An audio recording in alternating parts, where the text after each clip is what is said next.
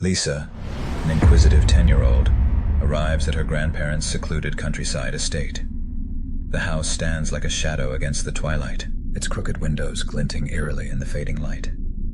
Her grandparents, Mildred and Walter, greet her, their smiles strained and their words clipped. Mildred's movements are brisk and precise, her lined face betraying a flicker of unease. Walter barely meets her gaze, retreating to his study without a word.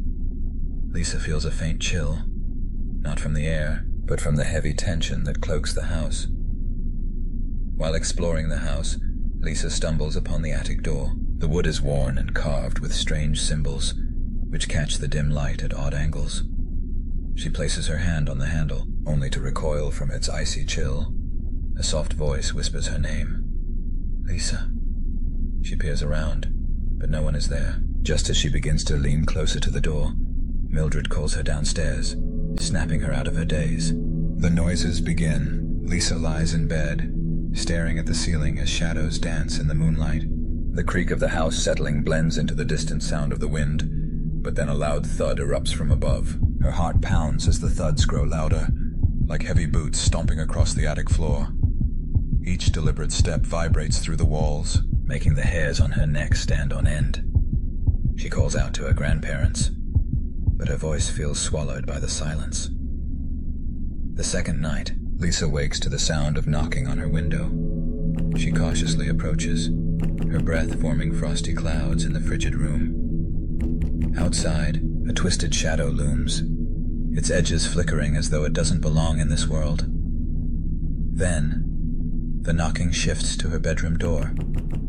Sharp, urgent raps.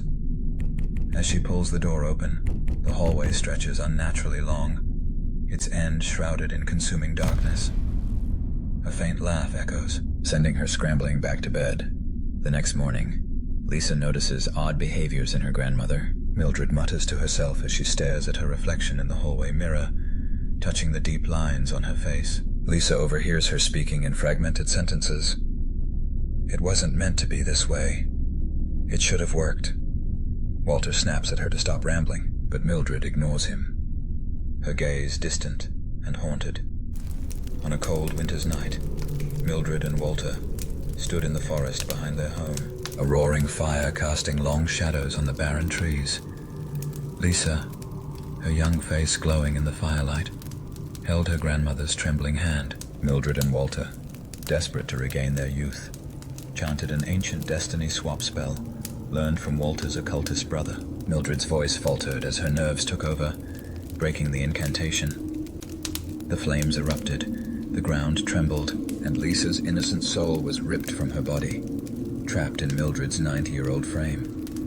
Lisa's original body collapsed lifelessly, and her spirit was forever tied to the house. As Lisa navigates her haunting cycle, she encounters a comforting presence. Her mother, Elizabeth. Elizabeth appears as a gentle, glowing figure, guiding Lisa with reassuring words. She explains the truth of Mildred's betrayal and urges Lisa to find peace.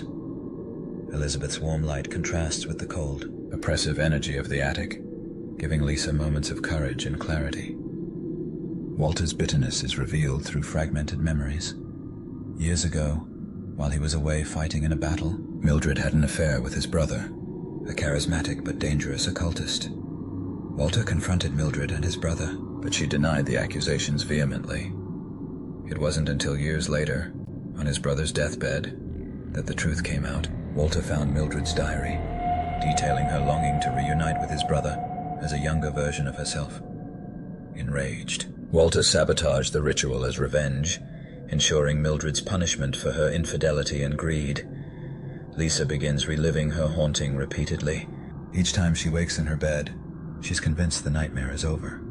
But as soon as her eyes close, she's back in the attic. Her reflection in the mirror taunts her, and the whispers grow louder with each loop. The nightmare intensifies, leaving her questioning what's real. One night, Lisa discovers a hidden door in the attic.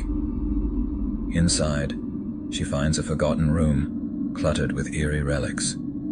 Dolls with cracked faces, faded photographs, and children's toys, all belonging to the victims of Mildred and Walter's past failed rituals. The horrifying realization fuels her desire for justice and revenge.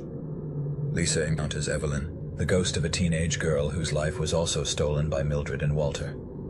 Evelyn offers to help Lisa break free, teaching her to harness her ghostly powers. However, Evelyn's thirst for revenge grows overwhelming, and Lisa begins to suspect her motives. Lisa begins noticing the attic itself is alive. The walls pulse faintly as whispers multiply, objects shift, and icy tendrils seem to brush against her skin. The attic feeds on Lisa's emotions, her fear, anger, and grief, growing stronger and more oppressive each night. Lisa is resting peacefully, guided by Elizabeth's light, having finally escaped the effects of the botched ritual. Mildred, consumed by guilt and her heavy conscience, believes she is Lisa, doomed to relive the haunting cycles forever. Her punishment is karmic, her torment a reflection of her betrayal and greed. Lisa uncovers the origin of the ritual in a journal hidden in the attic. The spell was created by Walter's brother, the occultist who manipulated Mildred and Walter for years. His ghost lingers, feeding on their failures and misery. Mildred confronts her reflection in the attic mirror, believing it to be Lisa's. The distorted face taunts her. "You'll never escape." The attic door slams shut, locking her in total darkness as whispers rise to a deafening crescendo.